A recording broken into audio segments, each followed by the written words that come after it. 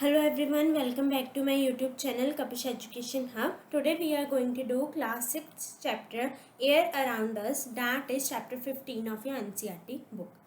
First of all, we will understand what is air. If we are given to define what is air, we will write air is a mixture of various gases. हवा हमारे आसपास present है, कहते कि लेकिन actual में air है क्या? एयर क्या है? मिक्सचर ऑफ गैसेस, जैसे कि carbon dioxide, oxygen, nitrogen, argon, methane का है। ये मैंने लिखा है एयर से मिक्सचर ऑफ गैसेस। उसमें कौन कौन सी गैसेस आती है? अगर आपने एक्स्ट्रा नॉलेज के लिए लिखना है तो carbon dioxide, oxygen, nitrogen, argon etcetera. ठीक है, अब बात ये है कि एयर हमारे पास प्रेजेंट है, लेकिन कभी वो मूव भी करती है। ठीक है, आंधी तूफान आते हैं या मानसून सीजन में हम यूजुअली देखते हैं कि हवा मूव करती है, तो उस मूविंग एयर को हम विंड कहते हैं। हम कहते हैं ना wind is blowing in the monsoon season, तो हम क्या लिखेंगे कि विंड क्या है? एक्चुअल में वो एयर ही है, लेकिन जब एयर मूव करने लगती है हम उसे विंड कहते हैं। ठीक है, अब बात ये है, कहते हैं कि क्या एयर हमारे अराउंड प्रेजेंट है? ऑफ कोर्स प्रेजेंट है, बिकॉज एयर में हमारी एक एसेंशियल थिंग है, क्या है? ऑक्सीजन। प्लांट्स के एसेंशियल थिंग है कार्बन डाइऑक्साइड, बिकॉज हमें ह्यूमंस को जिंदा रहने के लिए, ओनली ह्यूमंस ही नहीं एनिमल्स को भी ऑक्सीजन की ज़रूरत है। तो अगर ऑक्सीजन नहीं होगी तो हम सर्वाइव नहीं कर पाएंगे। ठीक है, तो कहते हैं कि yes air is present everywhere around us, but we can't see. हम एयर को नहीं देख सकते because that has no colour. Air के पास कोई भी कलर नहीं है, जिस वजह से, लेकिन हम उसे फील कर सकते हैं जब हम फैन ऑन करते हैं गर्मियों में। ठीक है, तो क्या होता है कि एयर रोटेट करती है, तो एयर रोटेट करने से क्या होता है, हमें पता चलता है कि यस हमारे आसपास एयर प्रेजेंट है। इसीलिए तो फैंस लगाए जाते हैं कि हमें स्वेटिंग को, जैसे हम कह लें कि गर्मियों में हमें पसीना आता है, स्वेटिंग होती है, गर्मी फील होती है, लेकिन वो हम ठंडक किससे महसूस करते हैं? जब हम फैन ऑन करते हैं तो एयर मूव करती है और क्या करती है कि हमें कूल फील कराती है। ठीक है, तो कहते हैं कि yes air is present everywhere but we can't see due to its no colour. ठीक है, अब अगर आपसे पूछे कि एयर के कैरेक्टरिस्टिक्स क्या है, एयर के कैरेक्टरिस्टिक्स क्या है, तो आप क्या लिखोगे? It has no colour and can see through it. कहते हैं कि एयर का कोई भी कलर नहीं, हम एयर के आसपास देख सकते। अब देखो हमारे पास एयर है, ठीक है, मैं इधर उधर देख पा रही हूँ क्योंकि एयर कोई ओपेक ऑब्जेक्ट नहीं है, दैट इज ट्रांसपेरेंट ऑब्जेक्ट। ठीक है, ओपेक ऑब्जेक्ट कौन से होते हैं? जिसके आर पार हम नहीं देख सकते। ट्रांसपेरेंट वो होते हैं जिसके आर पार हम देख सकते हैं। तो कहते हैं कि एयर के पास पहली बात तो कोई कलर नहीं है, दूसरी बात कि हम उसे उसके आर पार देख सकते हैं बिकॉज उसकी कोई बाउंड्री नहीं है। ठीक है, नेक्स्ट कैरेक्टरिस्टिक है इट इज ट्रांसपेरेंट। अभी मैंने आपको बताया कि एयर जो है वो ट्रांसपेरेंट है। सबसे पहले हमारा पॉइंट क्या आएगा? No colour. ठीक है, सेकंड पॉइंट क्या आएगा हमारा? ट्रांसपेरेंट। पहली बात क्या है कि जो एयर है उसका कोई कलर नहीं है, दूसरी बात कि वो ट्रांसपेरेंट है। कहते हैं कि हमारी अर्थ ना एक थिन लेयर से सराउंडेड है जिसे एटमॉस्फेयर कहते हैं। एटमॉस्फेयर की आपकी जूनियर क्लासेस में भी आपने डिफाइन की हुई है कि इट इज अ ब्लैंकेट। ठीक है, हमारी अर्थ जो है एक थिन लेयर से सराउंडेड है। ठीक है, एट फ्रॉम एयर। कहते हैं कि हमारी अर्थ ना एक एयर के, जिसे हम एटमॉस्फेयर भी कहते हैं, उससे सराउंडेड है। ठीक है, इसलिए तो हम सरवाइव कर पा रहे हैं, बिकॉज अगर एयर नहीं होगी तो हम सरवाइव भी नहीं कर पाएंगे।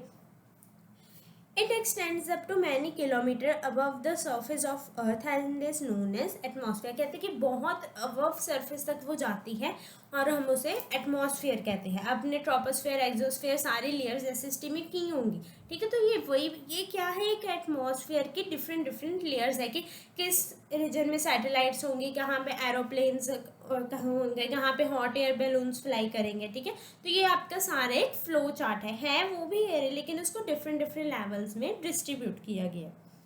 कहते कि एयर ऑक्यूपाइज स्पेस, जो हवा है वो स्पेस को ऑक्यूपाई करती है। ठीक है, ये वाटर में भी प्रेजेंट है, सॉइल में भी प्रेजेंट है। ऑब्वियसली अगर वाटर में प्रेजेंट नहीं होगी तो वाटर जो एनिमल्स हैं, ठीक है, जैसे फिश है, वेल्स हैं, शार्क्स हैं, ठीक है, बहुत से सी हॉर्सेज, बहुत सी वेराइटी है हमारी जो वाटर लिविंग ऑर्गेनिजम्स हैं, तो वो तो सर्वाइव ही नहीं कर पाएंगे। अब पॉइंट ये है कि ऑक्सीजन हमारे एटमॉस्फेयर में है तो उन लोगों को कैसे मिलती है? वाटर में डिजॉल्व्ड ऑक्सीजन होती हैं जो कि फिशेस, सी हॉर्सेस या वेरियस जो ऑर्गेनिजम्स हैं वो यूज़ करते हैं सरवाइव करने के लिए। सॉइल में भी पोर्स होते हैं, हमें पता है कि सॉइल में पोर्स होते हैं।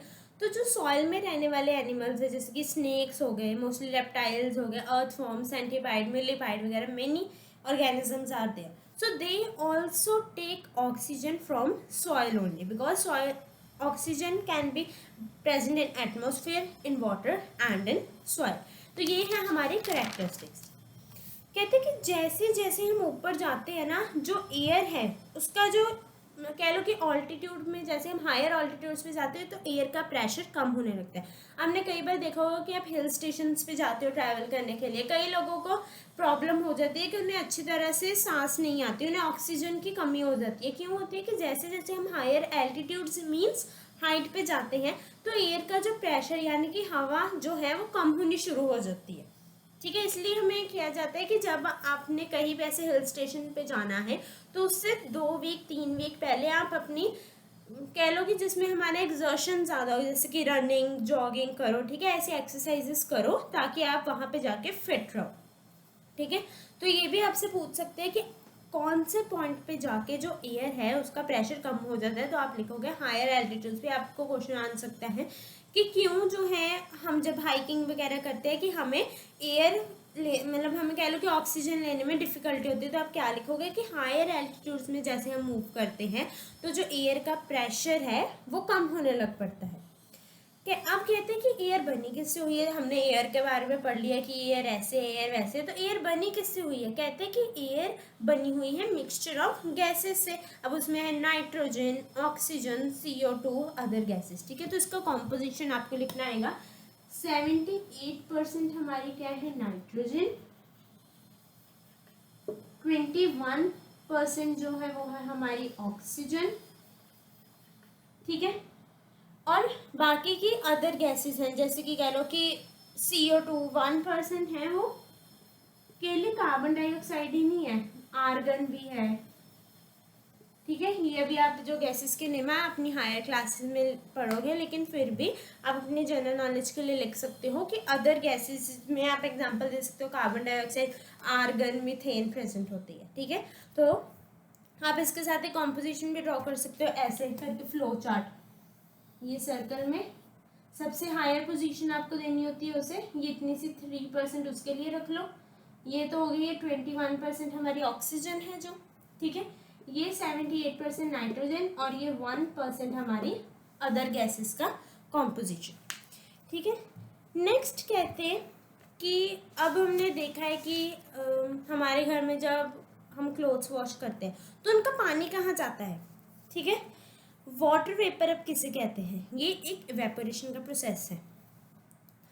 अब मैं आपको समझाऊंगी। हम ना एक क्लोथ के एग्जांपल लेते हैं। सपोज आपने क्लोथ वॉश करके धूप में सूखना डाल दिया, 2 आवर्स बाद, 3 आवर्स बाद, अब गर्मियों में तो फटाफट ही सूख जाते हैं, सर्दियों में थोड़ा टाइम लगता है क्योंकि हमारी जो अर्थ होती है वो सन से थोड़ी दूर गई होती है तो उसकी रेडिएशन भी थोड़ी कम आती है।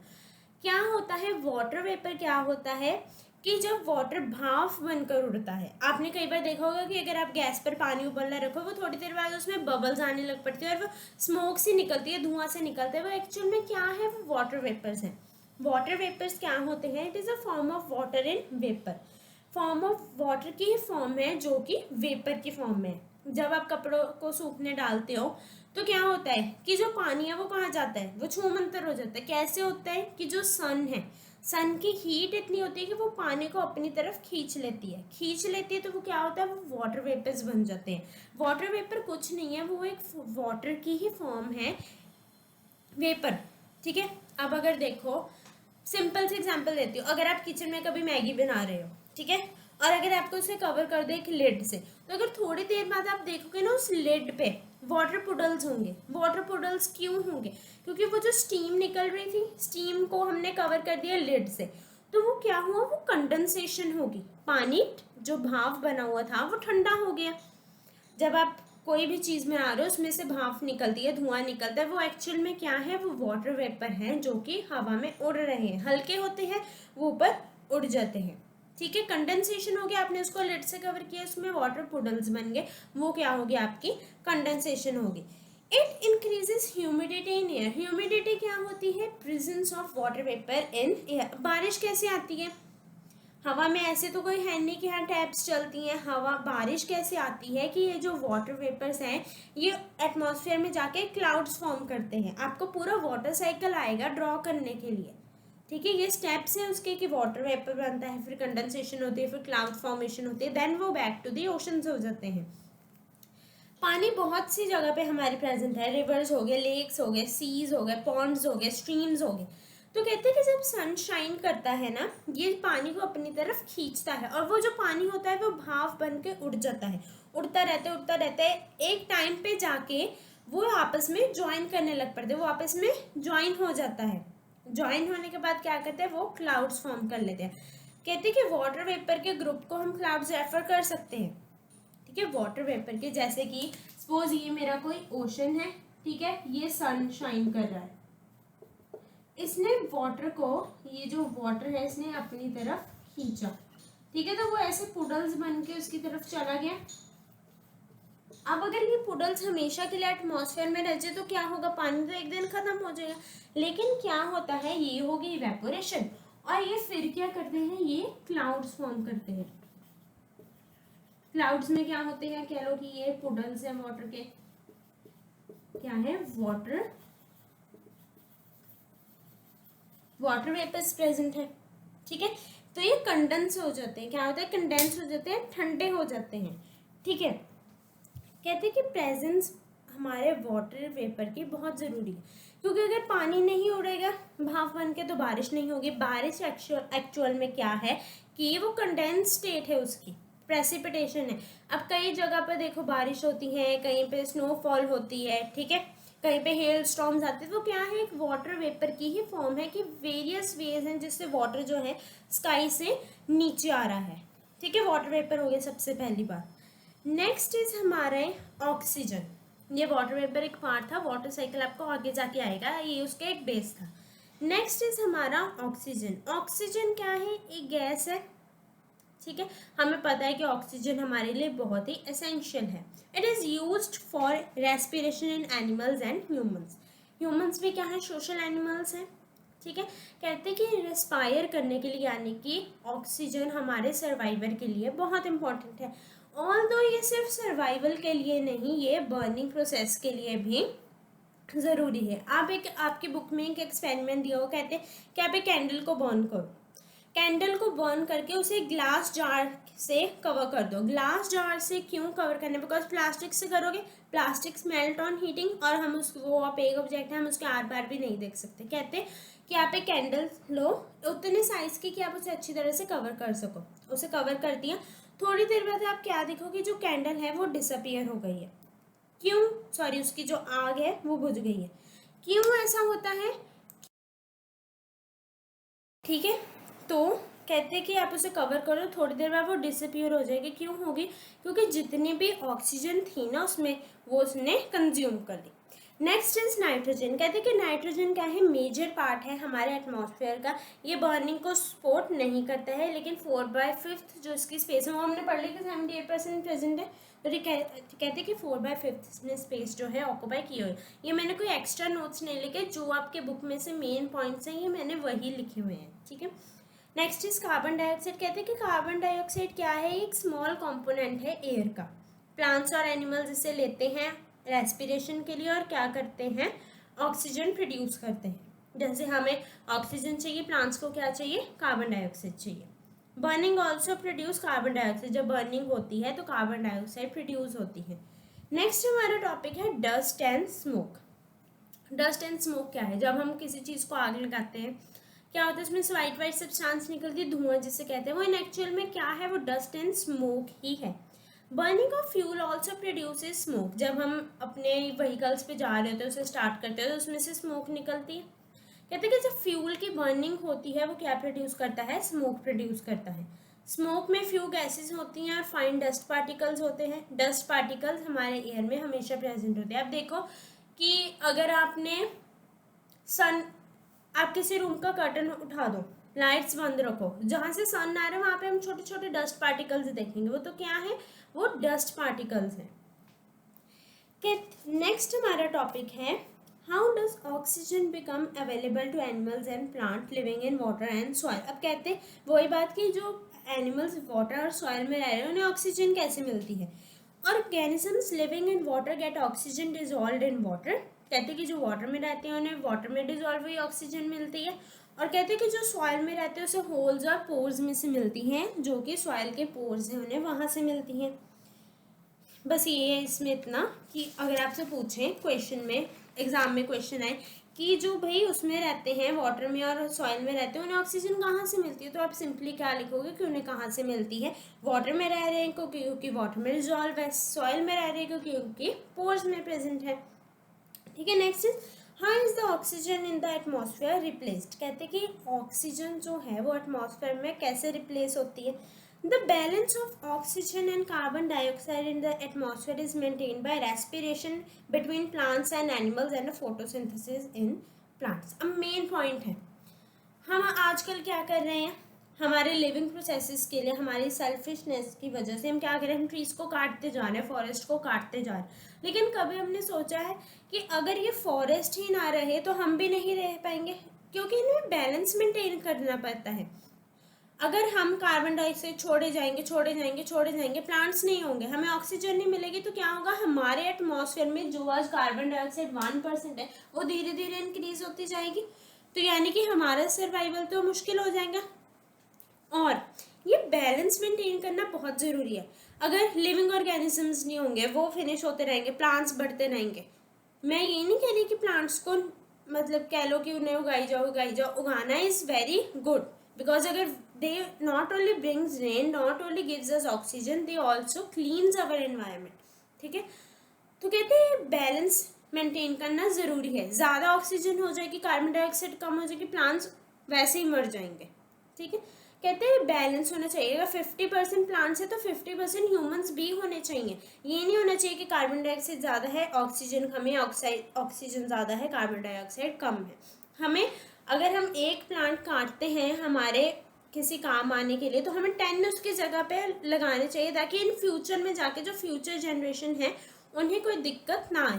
हमारा ओजोन लेयर डिप्लीशन हो रही है, क्यों हो रही है, ड्यू टू ये जो गैसेस निकलती है रेफ्रिजरेटर से, एसी से। ठीक है, तो अगर हम प्लांट्स साइड बाय साइड लगाते रहेंगे तो क्या होगा कि वो जो ऐसी हार्मफुल गैसेस उन्हें एब्जॉर्व करके हमें क्लीन एयर देते हैं। आप अगर कभी ना किसी विलेज में जाओ और देखो कि उसके दो साइड्स पे ट्रीज बने हुए हैं, तो आप जब वहाँ से निकलोगे ना, स्पेशली इन समर्स, तो आपको बहुत ही एक रिलैक्स्ड फील होगा, बहुत ही कूल फील होगा। क्यों, क्योंकि क्या है वहाँ पे क्या होता है कि वो आपको ठंडक महसूस करा दे, बिकॉज वो तो ऑक्सीजन आपको दे रहे हैं। ट्रीज की हमारे लिए बहुत बेनिफिशियल है, हमारे लिए रेन लेके आते हैं। ठीक है, ट्रीज नहीं होंगे तो देखो, ट्रीज में एक प्रोसेस होता है ट्रांसपीरेशन। फोटोसिंथेसिस क्या है कि वो अपना जो सनलाइट लेते हैं अपना खाना बनाते हैं, लीव उनका खाना बनाते हैं। Photo means light, synthesis means to make food. Transpiration क्या है कि जो हमारे बॉडी में से वाटर कैसे रिमूव होता है, the process of urination, sweating. ठीक है, तो वो एक्चुअल में क्या है, वो हमारा वेस्ट प्रोडक्ट है। तो प्लांट्स का वेस्ट प्रोडक्ट कैसे रिमूव होता है, ट्रांसपीरेशन से। क्या होता है कि जो इतना वाटर उन्होंने कंज्यूम कर लिया, जो वेस्ट वाटर है ना, उनकी लीव्स पे पुडल्स आ जाते हैं। वो अपना ट्रांसपीरेशन अगर आप लिखो, the process of removal of water from the plants, ये होता है ट्रांसपीरेशन। कहते हैं कि एक बैलेंस में लाना ज़रूरी है, क्योंकि अगर बैलेंस नहीं होगा तो अर्थ में सर्वाइवल मुश्किल हो जाएगा। विंडमिल क्या है, विंडमिल आपने देखो कि चक्करी ऐसे घूमती है, छोटे बच्चे टॉयज भी लेते हैं कि ऐसे वो ऐसे ऐसे घूमती होती है। कहते हैं कि it is use to draw water from tubewells and to run flour mills and to use generate electricity. कहते हैं कि विंडमिल का यूज़ क्या है, विंडमिल एक सब्सटेंस है जिसपे कि ऐसे फैन से लगे होते हैं, वो ऐसे रोटेट करती है, फटाफट रोटेट करती है। कहते हैं कि ये पानी को ट्यूबवेल्स में से आगे, अभी भी आप विलेजेस में देखो ट्यूबवेल्स लगे तो क्या आते हैं, वो ग्राउंड वाटर खींचते हैं। सबसे मेन बात क्या है कि अगर प्लांट्स नहीं होते तो धीरे धीरे जो ग्राउंड वाटर है ना वो डिप्लीट होता जाएगा, और एक दिन ग्राउंड में जो ज़मीन के अंदर का पानी है वो ख़त्म हो जाएगा। हम आजकल समर्सिबल्स लगा रहे हैं, वो पानी कहाँ से आता है, ज़मीन के नीचे से आता है। अगर हम प्लांट्स ही नहीं लगाएंगे किसी चीज़ को, अब हमारी रोड्स क्या है, सीमेंटेड है, सीमेंट तो ऑब्जॉर्व ही नहीं करता वाटर, वो फिर से हवा में चले जाता है। ग्राउंड वाटर तो सीप होता ही नहीं है, जहाँ पे मिट्टी है, जहाँ पे ग्राउंड है वहाँ पे वो सीप हो जाता है, लेकिन पानी को ग्राउंड पे बिल्कुल नीचे तक जाने में भी बहुत टाइम लगता है। तो मिल मिल का आपको यूज़ किया गया कि ट्यूबवेल में से वाटर ड्रॉ करने में मदद करता है। ड्रॉ मीन्स निकालना, ड्रॉइंग वाला ड्रॉ नहीं, ड्रॉ मीन्स की निकालना। फ्लोर मिल्स की आटा चक्की जो होती हैं, फ्लोर क्या होता है, आटा होता है, ठीक है, तो उसे मतलब कि उसकी प्रोडक्शन के लिए, उसे चलाने के लिए भी विंड मिल्स ज़रूरी है, और इलेक्ट्रिसिटी को जनरेट करने के लिए भी जो विंड मिल्स हैं वो हेल्प करते हैं। यूजेस ऑफ एयर क्या है, अब अगर एयर नहीं होगी तो विंड मिल्स भी नहीं रोटेट करेंगे। आपने कई बार देखा होगा कि कई फैक्ट्रीज हैं, उनके ऊपर एक ऐसी सी, कह लो कि सर्कुलर ऐसी सी एक सब्सटेंस लगी होती है ऐसे, जो हमेशा ऐसे रोटेट करती रहती है। वो क्यों करती है, वो भी एयर की वजह से ही करती है। विंड क्या है, moving air is known as wind. Helps windmill rotation, अगर विंड एयर नहीं होगी तो विंडमिल की रोटेशन भी नहीं होगी। Help in movement of sailing yachts, gliders, parachutes, aeroplanes. कहते हैं कि हम हॉट एयर बलून्स हमने देखे हैं, यॉक्ट्स हमने देखी हैं, ठीक है, ग्लाइडर्स देखे, एरोप्लेन्स देखे, तो कहते हैं अगर हवा नहीं होगी तो ये भी फ्लाई नहीं कर पाएंगे। हम अपने आसपास इंसेक्ट्स को फ्लाई करते देखते हैं, बर्ड्स को देखते हैं, वो भी क्यों करते हैं, क्योंकि अपने फैदर्स ऐसे करते हैं, वो हवा को ऐसे, जिसे हम हिंदी में कह सकते हैं हवा को चीर के निकलते हैं, कि हवा को ऐसे पुश करके निकलते हैं। तो अगर वो हवा नहीं होगी तो बर्ड्स और इंसेक्ट्स भी फ्लाई नहीं कर पाएंगे।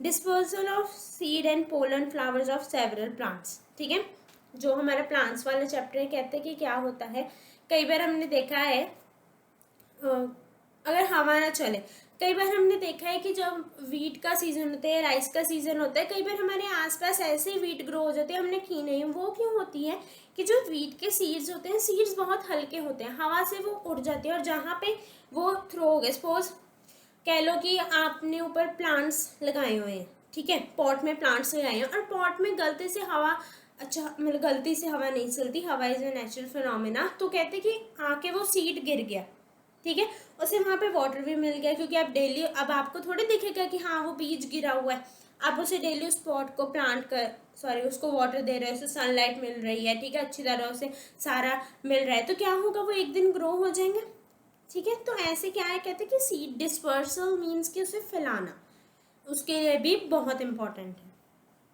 Play important role in water cycle water chapter में हमने किया है। कहते हैं कि वाटर साइकिल के लिए भी जो एयर है बहुत इंपॉर्टेंट है। तो ये यहाँ पर आके हमारा चैप्टर फिनिश होता है। कहते हैं कि एयर हमारे ऑक्सीजन में कैसे रिप्लेस कैसे होती है और कैसे इंपॉर्टेंट है। हम इसकी एक बार समरी पढ़ लेते हैं जो कि आपके बुक में दी हुई है।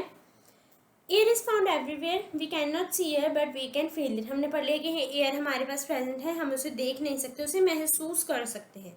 Air in motion is called wind, यहाँ पे लिखा है एयर इन मोशन, मैंने आपको लिखवाया है moving air is called wind, दोनों सही है। एयर ऑक्यूपाई स्पेस, एयर जो है स्पेस ऑक्यूपाई करती है, ठीक है। Air is present in water and soil, तभी जो ऑर्गेनिज्म वहाँ पे रह रहे हैं तो वो सर्वाइव कर पा रहे हैं। मिक्सचर है nitrogen, oxygen, carbon dioxide, water vapour, few other gases, dust particles भी प्रेजेंट है एयर में। Oxygen sports burning and is necessary for living organisms के लिए। Envelope of air that surrounds the earth is atmosphere, atmosphere essential है life को support करने के लिए अर्थ पे। एक्वेटिक एनिमल्स जो हैं एयर जो कि वाटर में डिजॉल्व हुई होती है उसे यूज़ करते हैं। प्लांट्स और एनिमल्स एक दूसरे पर डिपेंड करते हैं ऑक्सीजन और कार्बन डाइऑक्साइड के एक्सचेंज के लिए। तो यहाँ पे आके जो हमारा चैप्टर है एयर एंड अराउंड फिनिश होता है। नेक्स्ट वीडियो में हम इसकी एक्टिविटीज़ करेंगे, इसके थोड़े बेसिक जो MCQs होंगे वो करेंगे। So our chapter is complete. Thank you so much.